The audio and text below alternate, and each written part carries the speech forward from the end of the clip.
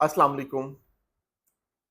कोई 1970s का एक बड़ा मशहूर ज़माना किस्सा है, अक्सर कोट किया जाता है कि एक साहिब ने एक बड़े मशहूर ब्रांड की गाड़ी खरीदने का इरादा किया। उस ज़माने में गाड़ी की कंपनियाँ भी बड़ी कम होती थीं और गाड़ियाँ भी कम मिक़दार में होती थीं और इसीलिए प्राइसी तब भी हुआ करती थी जितनी आजकल भी हैं। उस शख्स ने बहरहाल गाड़ी परचेज़ करने का प्लान किया, गाड़ी बुक करवाई, गाड़ी की डेट आ गई और ये साहब गाड़ी लेने चले गए।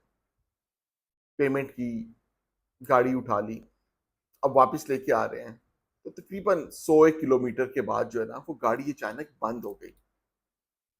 अब साहब को जितना नॉलेज था, उन्होंने सारा कुछ चेक किया, इंजन को खोल के देखा, बड़े हक्के-बक्के परेशान कि समझ नहीं आ रही मसला क्या है। आखिर 1 आध घंटे की तगो-दो के बाद उन्होंने फैसला किया कि क्यों ना कार मैन्युफैक्चरिंग कंपनी को फ़ोन किया जाए। उन्होंने कंपनी को फ़ोन किया और बताया, कंपनी खुद बड़ी हैरान हो गई कि ये तो पहली दफ़ा ऐसा इंसिडेंस हुआ है कि शोरूम से आप नई गाड़ी लेके जा रहे हैं और वो विदिन सम टाइम जो है ना वो ख़राब हो गई है। बहरहाल उन्होंने फ़ैसला किया, उन्होंने अपने इंजीनियर्स, मैकेनिक्स और क्वालिटी कंट्रोलर्स को वहाँ पर भेजा। उन्होंने भी जाके कोई कोशिशें करते रहे, 1-2 घंटे उन्होंने तमाम पुर्ज़ों को देखा, इंजन को देखा, बाकी चीज़ों को भी देखा। करते-कराते जब वो फ्यूल टैंक तक पहुँचे तो फ्यूल टैंक खाली था। उन्होंने कार ओनर से पूछा, भाई साहब आपने फ्यूल डलवाया था? उसने कहा नहीं, मैंने फ्यूल तो नहीं डलवाया था। तो कार मैन्युफैक्चरिंग कंपनी के इंजीनियर्स ने बताया कि जनाब अगर फ्यूल नहीं डलाएंगे तो गाड़ी चलेगी कैसे? वो ओनर ने बड़ी मासूमियत से पूछा कि अच्छा, अगर ये फ्यूल से चलती है तो फिर ये 100 सवा 100 किलोमीटर कैसे चल पड़ी है?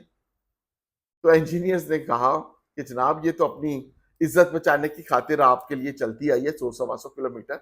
अब अगर इसे मजीद चलाना है तो आपको उसमें फ्यूल डलवाना पड़ेगा और कोई नुक्स नहीं है। कुछ यही हाल हमारा भी होता है।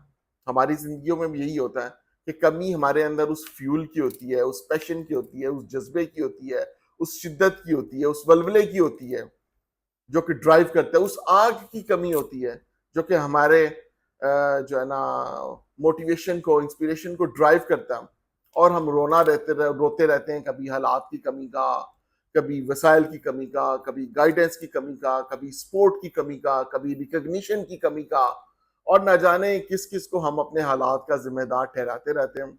लेकिन असल में वो आग ही हमारे अंदर नहीं होती, जो कि हमें मजबूर करती है बहुत सारे अच्छे काम करने के लिए।